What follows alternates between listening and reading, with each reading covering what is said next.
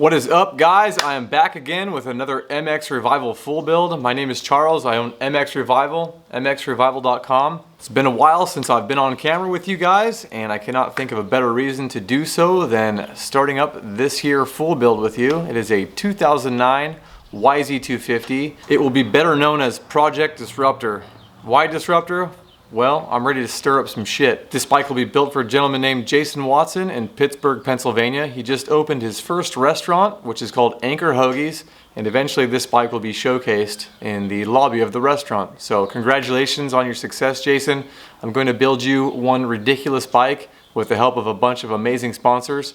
If you guys saw the CR250 build that we did last year and actually gave away, this bike will be as good or better. So I'm looking forward to that. I have a lot of return sponsors and even some new guys, and so thank you all very much for your contributions. I got a lot to show you guys. I'm going to try a few wacky ideas here, and they'll probably turn into how-tos. So if it's something that worked out, I'm going to let you guys know what it was, and I'll show you how to do it yourselves. YZ250s are probably one of the most buildable bikes just due to aftermarket, so you can never go wrong with one. All in all, the bike looks pretty clean, though it does have Sell Me plastics on it, and what you can see looks like a really nice YZ250 for the most part, but there are some deep gouges and scratches and what have you a little bit under the surface. So as I pull this apart, if I see anything noteworthy, I'll share it with you guys. Otherwise, I need to get this engine ripped out and sent out to Jimmy Hasker. Jim Hasker owns Hasker Racing Engines in Sutter Creek, California, and no doubt if you have not heard of him, you have seen his work at least on Instagram. Jimmy makes some of the baddest engines for dirt bikes. Very excited to have Jim Hasker back on board. In fact, it was his phone call that really tipped me over the edge with starting this bike. I had been putting the pieces together, making the phone calls, sending the emails, talking to people about certain parts that I'd like to see on this bike.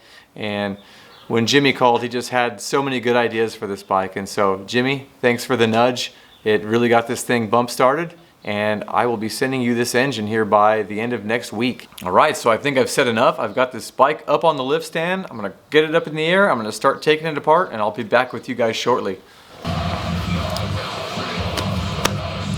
No glove, no love. All right, as is with just about every dirt bike build, you need very limited tools to really do this. Usually an 8, a 10, a 12, a 17, and a 19 millimeter box end wrench and or sockets. I like to speed things up with an impact gun. They're really all the same, and as you start taking things apart, it's nice to have Ziploc bags nearby. You can go ahead and itemize and drop bolts into bags where they belong. Example, radiator shroud bolts, gas tank bolts, seat bolts. Write that with the Sharpie on your Ziploc bag and just keep the show going.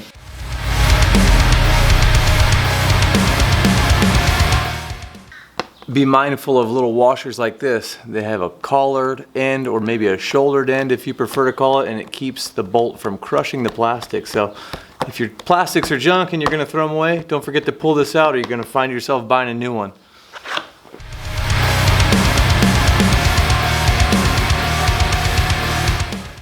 So here's an example of proper itemizing. This bag says seat, tank, sub, and body, and so it'll have all the bolts that cross-correlate to those parts.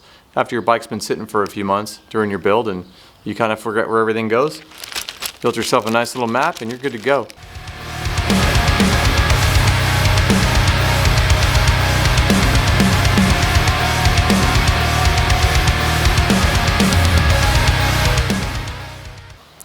All right, so far there's only been a couple of what I like to call Ace Hardware bolts, which are bolts that don't belong on the bike. They're not Japanese factory equipment. They're doing the job, but they don't belong on it. In this case, it was a pair of 13 millimeter bolts holding the front brake caliper on, so they serve their purpose. Now they're going in the trash. All right, so far so good. There's some of that love I was talking about that you can't see through the plastics there. Overall, everything's been where it's supposed to be in this short little teardown we've got so far. Pretty nice bike. That may be a titanium spring. These did come with tie springs from the factory around this year, 2009. Not sure, have to figure it out. But looks like she's got good bones. As you can see, it's got the Sell It plastics on there. Brand new. Brand new plastics.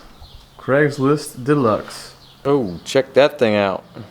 Sometimes you guys might get stuck on a nut like this, the swing arm main pin. If that's the case, bust out the old breaker bar.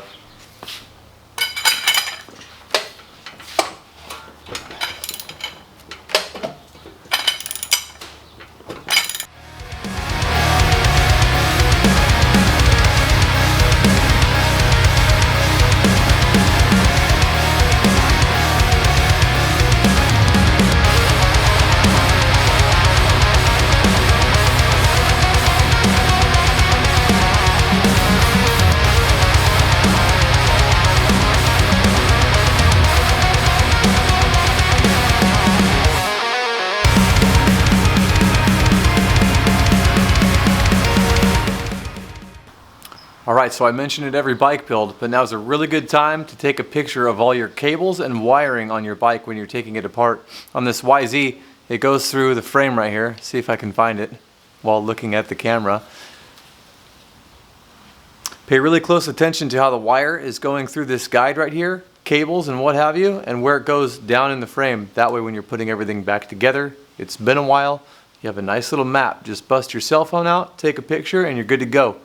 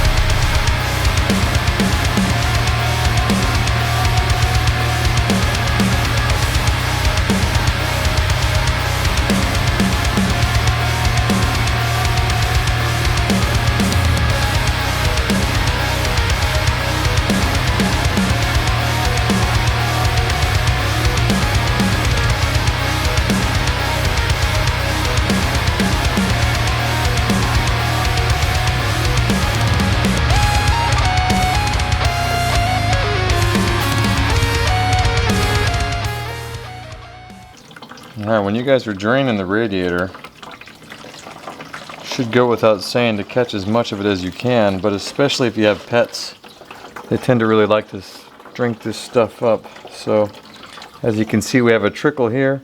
If you pop the radiator cap to let a little air through, it is going to come directly out, so be ready for that. Getting a little more flow.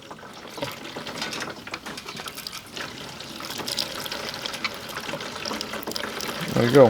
That is with the cap out. She's moving.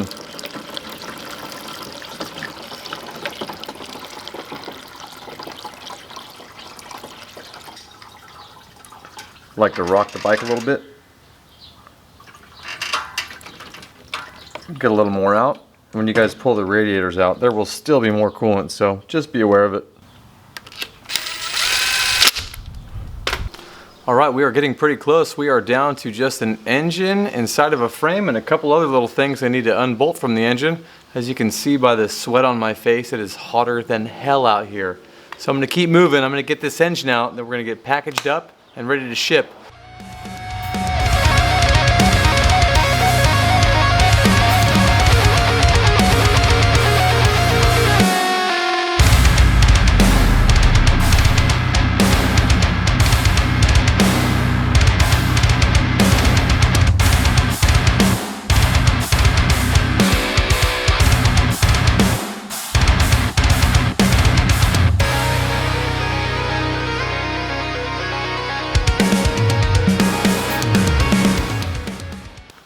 All right, Ugly, time to come on out.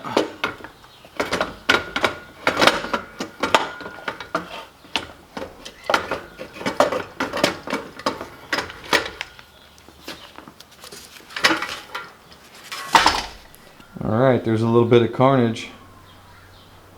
Some wheels, pipe, swing arm. What else we got? Those two bad girls hanging out right there. Got the forks. And there's the rest of it. Seat, subframe, tank, So much good stuff lined up. Project Disruptor. This is the last time you'll ever see it like this. That's it, guys, we did it. Engine's out, frame is isolated. Next video, I'm gonna go ahead and show you guys how to properly crate an engine to ship it to your favorite engine builder. This engine will be off to Jim Hasker of Hasker Racing Engines. I'll also show you guys how to get a frame ready for powder coat. Really hope you guys enjoyed the video. Be sure to check out @MXRevival on Instagram for all the progress photos of this bike, mxrevival.com to see some of the parts that will be featured in the build. And beyond that, be sure to check out Anchor Hoagies on Instagram, @Anchor Hoagies, special build just for them. All right, I hope you guys enjoyed the video. Thanks so much for watching. Next video, I'm gonna start introducing some of our sponsors, and this bike is never going to look the same. Thanks again, I'll see you guys next time.